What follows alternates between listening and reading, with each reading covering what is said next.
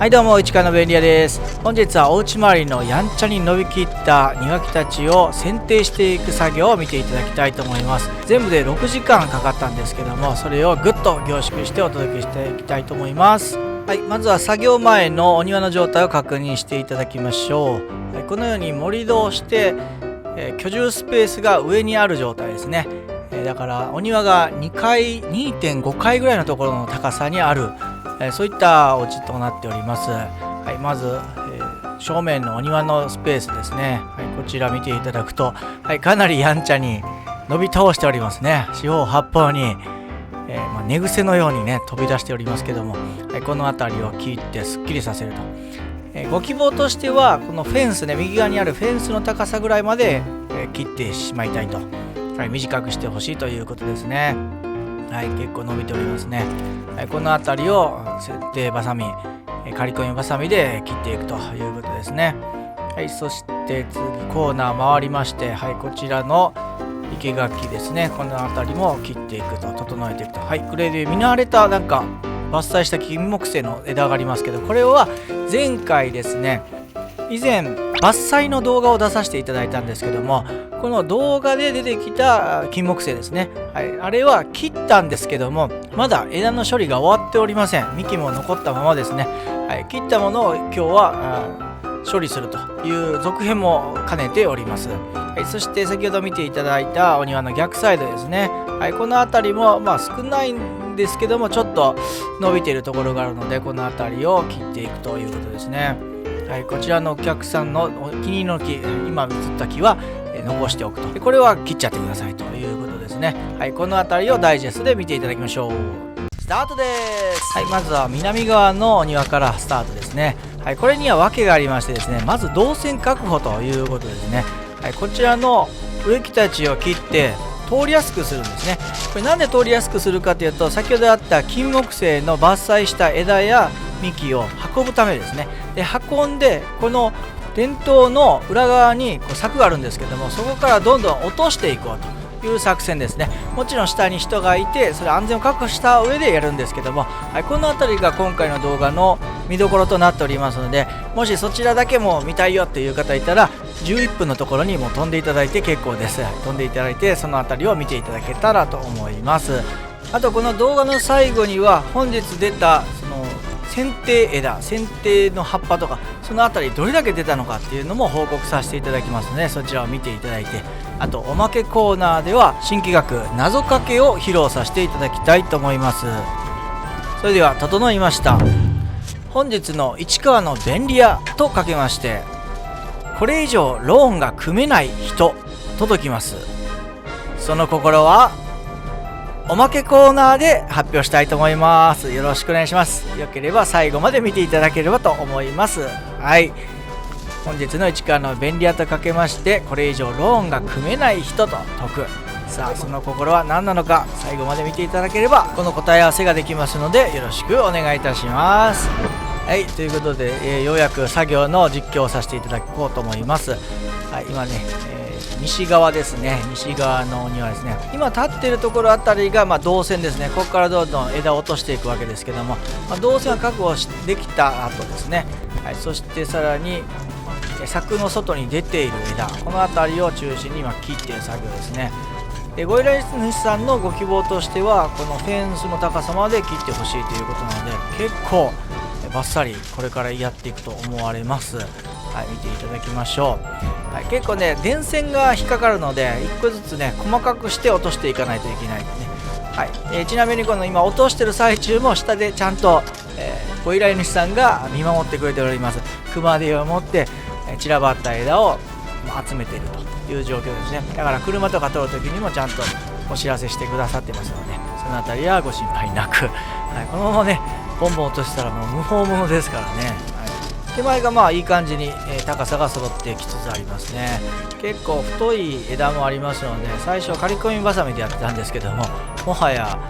ノコギリの方が早いんじゃないかなと思ってノコギリで切っております。さあちょっとこの辺危ないですね。ちょっと柵というかね、柵の土台に登らせていただいて今切っておりますね。これもちょっと危ないように見えるんですけども、左足がですね、ちゃんと足場をね確保してやっておりますので、フェンスと逆サイドに重心を置いてですね、倒れ込まないように、フェンスの下に落ちないように、自分なりに工夫をしておりますので、はい、そのあたりご理解いただければと思います。さあ奥の方ですね、切っておりますけど、やっぱ茂っているので、そこのね間に入っていくのが大変なんですよね。その切りたいところにたどり着くまでにまず下の方の枝を切らないといけないっていうね、はい、もう上だけ切れたらいいんですけどもね、ご依頼主さんも、下からだとちょっと状況が分からなかったようで、なんで下の方ばっか切ってんだっていうねちょっと疑問があったようで、上だけでいいですよっていう風にね言われたんですけども、まず通れないっすっていうね、そういう悩みがありましたね。はい、結構もう密林状態でしたね。今回のご依頼主さんの、お母様ですね。お母様が非常に植物が好きな方で、植物とお話が好きな方で、植物を育てているうちに、もう手に負えなくなってきたという状況で、いい加減ちょっとすっきりさせようかということで、息子さんが自腹で、僕を今回雇っていただいたということですね。はい、そのご期待に添えれるようにね、今確保しております、動線確保するのができて、これがないとですね、切った枝が外に運び込めないですね。大きな枝はもうフェンス越しに落としていくと、細かいものはこの階段から地道に、落としていく、もしくは後でゴミ袋で回収するという3パターンでやっておりますね。見てもらっても分かる通り、いろいろ植木鉢もありまして、本当にもう植物を揃えるのが好きみたいなんですよね。ただ結構枯れてるのもあって、もうどこで何を植えたのかっていうのはね、ちょっと把握しきれてなかったのかもしれないですね。これ結構あるんですよね。僕も結構プランターとか植木鉢が好きでですね、ついつい100均とかいったら買ってしまうんですけども、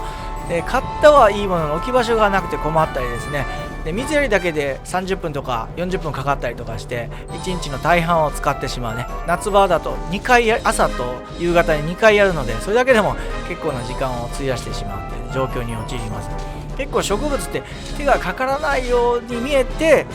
水やりと、あとは害虫が湧いたりですね、あとトリミングもしないといけないですからね、ワンチャンほどはいかないかもしれないですけど、手のかかるものですね。割と剪定とかね、伐採のお仕事をくださる方はもうワンちゃんという多頭飼育の状態になってですね、手に負えないからもう助けてということで、結構伐採の方をね頼まれる方多いですね。もうこれ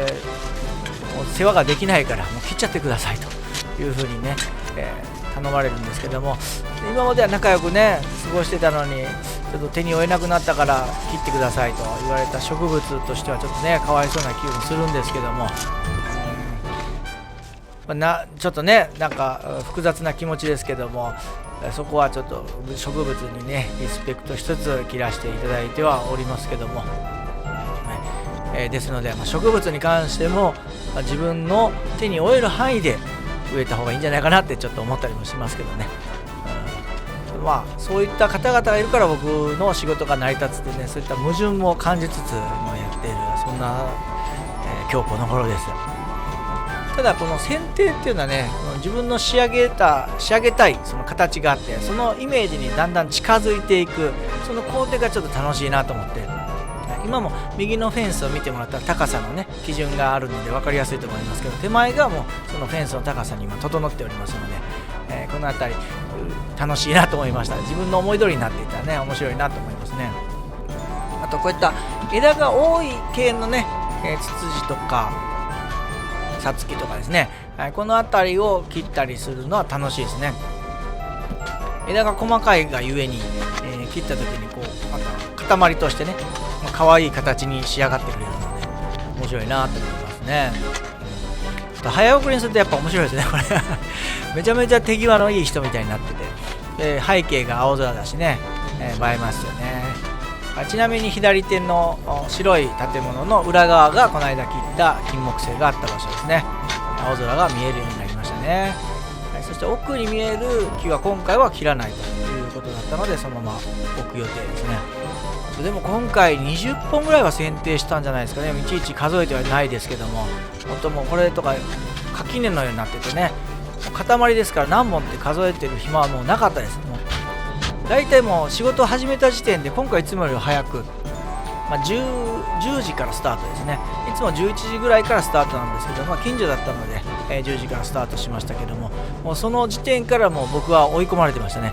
今日日暮れまでにこれ終わんのかなっていうね、そういったプレッシャーと戦いつつ切っておりますけども、で今回はちょっとね昼休みというかご飯食べる時間入れようかなと思ったんですけど、なんかスイッチが入って、ゾーンに入りましたので、そのまま休みなしでやっていきましたね。はい、そうこうしているうちにある程度切れましたね。ここで動線が確保できましたので、いよいよ奥にある金木犀の伐採した枝と幹を下に投げ込んでいく作業が始まろうとしておりますね。この日の1週間ぐらい前にこの伐採をしたので、まだ枝が生き生きしてますね。早めに捨てないとですね、この葉が落ちてきますので、そうするとまたゴミが広がってしまいますので、生き生きしているうちに捨てていきたいと思います。まずは軽い木から落としていきましょう。これは前回剪定した時の、1年ぐらい前ですかね、剪定した時の枝が残ったので、それを捨てていきました。で問題なかったのでどんどんやっていきたいと思います。ここまでは通常のスピードで落としますよ。見てくださいね。これ2倍速ですね。OK。 じゃあここから4倍速になっていきます。安全確保、そして電線引っかかってないか、確認して落としました。ちょっと触れてますね。棒高跳びの跡みたいなね、入れ方してますけどね。どんどんいきますよ。だんだん大きくなっていきます。まずね、こういったなるべく茂った枝を落としてですね、クッションを作ってますね。下でクッションを作って、さらに、重たいものもだんだんと捨てていくという計画ですね。あと方向もありますので、切ったこの下をどちらに向けるかですね。左右に向けてますけど、今、逆サイドで捨てようとしてますね。バランスをとってですね、左右に葉っぱの塊がいくように確認しながら落としております。ちょっとね、この落とした瞬間をね、皆さんにお見せしたいんですけど、そこまで余裕なかったのですいませんね。下からね、下なめで取った方が面白かったかもしれないですけども、太いやつ、バサッて今落としましたよね。ちゃんとクッションですね。クッション音聞きましょう。バサッて言いましたね。自分の思い通りに落とした時、ちょっと快感ですね。伐採の作業、僕もそんなに嫌いではなくてですね、むしろ好きな方で、何が面白いのかなって考えた時に、自分の計画通り、もう前日ぐらいからこうしてああしてっていうね、段取り組んでるんですけど、その段取り通りに行った時楽しいですね。で時間通りに終わった時になおよしですね。だいたい予定よりも伸びるんですけどね、なんか変なこだわりが出てきて、ここもうちょっと切ってしまいたい、ここすっきりしたいとかいうのがありますので、そういったこだわりとの兼ね合いも、あとは日が暮れる時とかね、日が暮れたらちょっと作業しづらかったり危なくなりますので、そういったことも考えつつ、総合的に終わり時間を自分で判断しているんですけども、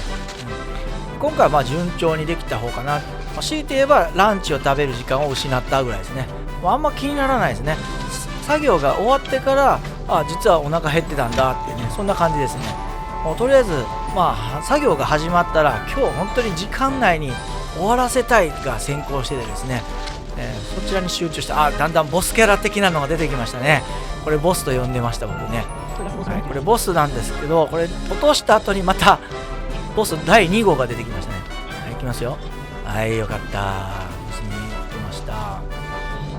中ボスですね。中ボスが出てきて、こういったね、丸太を落とした時にですね、バウンドしてさらに転がっていった時に向かいの車とかに当たるっていうのはね、怖いですから、やっぱり下で見張っていってもらう方が必要だったなと思いますね。2人、がかりで、ペアになってやる作業、なかなか息が合ってきたと思います。で細かいのがね出てきましたので、そろそろ終盤かなといったところですかね。細かいですね。本当にね、この伐採した枝とか幹をね、そのままにしていくのね、申し訳なかったんですけど、こんな感じで、伐採したものが全部下に落とすことができました。綺麗にまとまってますよね。最初ブルーシート敷いてたんですけども、これが全然もう見えなくなるぐらい広がってますね。これが下の部分ですね。これをこの後ね、ガレージの中に入れて、今回は業者の方に来ていただいてこれを回収してもらうという作戦でした。僕がねレンタカー借りて回収してもよかったんですけども、ちょっとあまりにも多すぎたのでこれは業者呼んだ方が安いんじゃないかなと思って、2社電話して見積もりをしていただきました。で見積もりをしていただくにあたりやっぱりどれぐらいの量があるかっていうのをね見ないといけないので、まず最初にこうやって落として、メインとなる枝とか幹を集めて、写真を撮ってですね、これぐらいあるんですよということをお伝えさせていただきました。で結局これ2トントラックを呼ぶことになりました。そのあたりも後でねお知らせさせていただきたいと思います。ではメインの木が今落ちたところで、残りの通路ですね、細い通路と裏の通路、この辺りの伐採作業ですね。ここはねもう山を越えたので自分の中では気楽でしたね。これも高さとしてはフェンスの高さですね。で切るときにお隣さんに枝とかね葉っぱが入らないようにそのあたりちょっと気遣いながらやってますね。だからちょっと枝を引っ張って切ったりとかしてると思うんですけども、隣行っちゃうとねそれをまた回収する作業がね時間かかってしまうので、なるべくこちら側に落とすようにっていうね、そういった段取り考えながらです。でっかいの切れましたね。よかったと思います。何も壊すこともなく、そして今解体作業してますね。伐採というかね、切り口が今見えてますね、手前にこれ割と切りやすい木でしたね。やっぱねその水分含有量によってね柔らかさが変わってきますので、触った感じで大体分かるんですけども、今回ちょっと柔らかそうだなっていうのが分かったんで、大体の作業時間が、読みやすかったですね。これが硬い、もみじメープルだとなかなか時間かかってしまうんですけどね。もうマリオブラザーズのように一方向ずーっと今言ってましたね編集してますので、戻ってくる絵はあんまり面白くないので編集しました。さあこれ表の方ですね。この辺りもぶっとい木が最初にあったんですけど、あっという間に切りましたね。ちょっとオイライズさんのお母様が映りましたね。思ってこの映ってた以上におしゃべりしました。その辺りもちょっと割愛してますね。本当にねもう喜んでくださって、それがもう興奮してたんですね。だからずっと話し込んでくれて、もう本当にありがとうね、ごめんねとかってね、ありがとうね、すごく綺麗になってるわってね、そういう会話をずっとしてくださってた、そんな感じですね。前回はなんかね自分の生い立ちですとか、元夫の方との馴れ初めじゃないな別れ初めの話をしてくださったりね、いろんなバラエティに富んだお話をしてくださいましたね。で見積もりの時にちょっとね娘と遊んでる帰りに寄ったものですから、娘の相手とかもしてくれてですね、非常にいいお母さんでしたね。なんかバナナくださったりとか、なんかいろんな話したりとかして、お土産になんかおもちゃも持たせてくれたり、本当になんか家族ぐるみでお付き合いできそうなそんな、ご家庭でしたね。非常にやってて気持ちよかったですね。でご依頼主さんの方もねちょっと手伝ってくれてね、お隣に入った今葉っぱを回収しに行ってくれているそうでして、階段の上からどんどん落としていってくれていますね。この後ブルーシートを敷いて回収していきますけどもね、ブルーシートやっぱねすごく役立ちますね。大きなちりとり的な感じでね、細かい枝とかですねやっぱねいろいろ飛んでいってしまうので、なるべく早く回収したいんですよね。今ブルーシート敷きましたね。で落としていく時に散らばったらまたね回収が大変ですので、ブルーシートに乗せていただくという作戦でやっております。綺麗に乗ったと思います。いい感じですね。で手前に映っている竹のほうきありますよね。これがすごく葉っぱとの相性がいいっていうことが分かりましたね。すごく履きやすかったですね。僕いつも熊で持っていくんですけど、熊ではやっぱり目が粗いのでなかなか葉っぱ回収できないんですけども、この竹ほうきを使えばかなり効率よく葉っぱを集めることができましたね。非常に良かったなと思います。そして仕上げとしましては植木鉢を置いて、でその間にレンガも置いてですね、その間から葉っぱが風とかで飛ばないようにして完成ということとなりました。それでは作業後の状態を見ていただきましょう。たくさんぴょんぴょん飛び出てた枝がなくなりましたね。この辺りすっきりしたかと思います。だいぶ空が広がっているように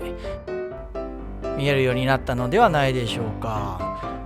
では上の部分ですね。西側のお庭ですね。通路見てみましょう。フェンスの高さに揃いましたね。はい、ちょっとこのメープル、もみじに関してはちょっと伸ばしておいてほしいということなんでちょっと残っていますけども、はい、この辺りも、はい、切り揃えることができました。はい、そして右手は、導線となってね、はい、ここに道ができましたね。はい、すっきりしたと思います。はい、この辺りですね、この生垣的なところね、はい、この辺り割と揃ったんじゃないかなと思いますけどね。まあ、剪定のね専門の業者さんほど、綺麗にはなってはないと思うんですけども、はい、こちらが、前回伐採した金木犀の木でしたね。はい、綺麗になりましたね。金木犀の木、これがですねサンルームの高さに揃えることができました。ただ金木犀っていうとですね、切ってその切った下のところから今度は枝がね暴走し始めるんですよね。どんどん出てくるので、切ったとしてもまた今度は枝の数が増えていくということが予想されるんですけれども、とりあえずは今回こんな程度で OK ということで、やらせていただきました。はい、そして逆サイドのツールですね。はい、綺麗になってますね。綺麗になっていうか、ほっそりさせたって感じですかね。はい、通りやすくなったっていうところですね。はい、続いてお母様が大事にしている木ですね。この木はちょっと残しておいてほしいということなんで、ある程度高さは保ったまま置いてますね。というのが窓からちょっと緑を見たかったらしいので、窓から見えるような高さにしておいてほしいということでしたね。はい、それぞれのご希望に合わせたカスタマイズができたかなと思います。はい、そして剪定枝の集積場ですね。さあどれだけ出たんでしょうか。はい、こんな山盛りになりましたね。中盤で見た量のやっぱり倍ぐらいになりましたかね、全部合わせたらね。はい、軽トラ1台で持っていけるかなと思ったんですけど、これどう考えても2台分ですね。1台だと、350キロまで乗せれるようなんですけども、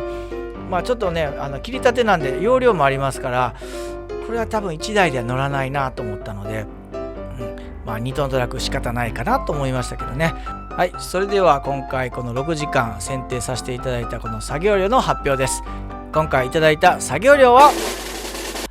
4万円でした。ありがとうございました。はい、6時間で4万円、非常にいい割のいいお仕事をいただいたかなと思いました。ちなみに今回のこの回収業者さんへの支払いは6万円だったそうですね。はい、回収業者さんやっぱり回収料、運転処分料かかりますからね。それを考えると仕方ないのかなと思いましたけども、僕の6時間よりも高かったということですね。もし僕が軽トラ持っていたら2往復になるんですけども、4万円でできたかなとかね、後で思っちゃいましたけども、一刻も早く軽トラを買って仕事の幅を増やしたいなというふうに思いました。はい、ということで今回長い動画になりましたけども、伐採とか草抜きとか、剪定の動画っていうのは割と視聴者の方が最後まで見てくれる割合が大きいなといったイメージがありまして、こういったところにニーズがあるのかなと思いましたね。なんていうかフードファイターが大盛りのご飯をこう食べていく時にこの減っていく過程早送りで見るのがちょっと面白かったりするじゃないですか。そういった楽しさがあるのかなっていうふうに僕の中では思ってますけども、僕の動画で何が面白いのかっていうのね、ちょっと参考に皆さんコメント欄にですね何か書いておいていただけると、こういった動画を撮っていけばいいのかなっていうねヒントにさせていただけたらなと思います。で今回の動画で何が面白かったのかもねよければ書いておいてもらえると参考になるなと思いました。では最後はおまけコーナーですね。おまけコーナーは最初にお伝えしました謎かけの答え合わせですね。本日の市川の便利屋とかけましてというお題でしたね。はい、それでは答え合わせいきます。整いました。本日の市川の便利屋とかけましてこれ以上ローンが組めない人と解きます。その心はどちらも借りまくったでしょう。はい、お後がよろしいようで、それでは最後までご視聴どうもありがとうございました。それではまた。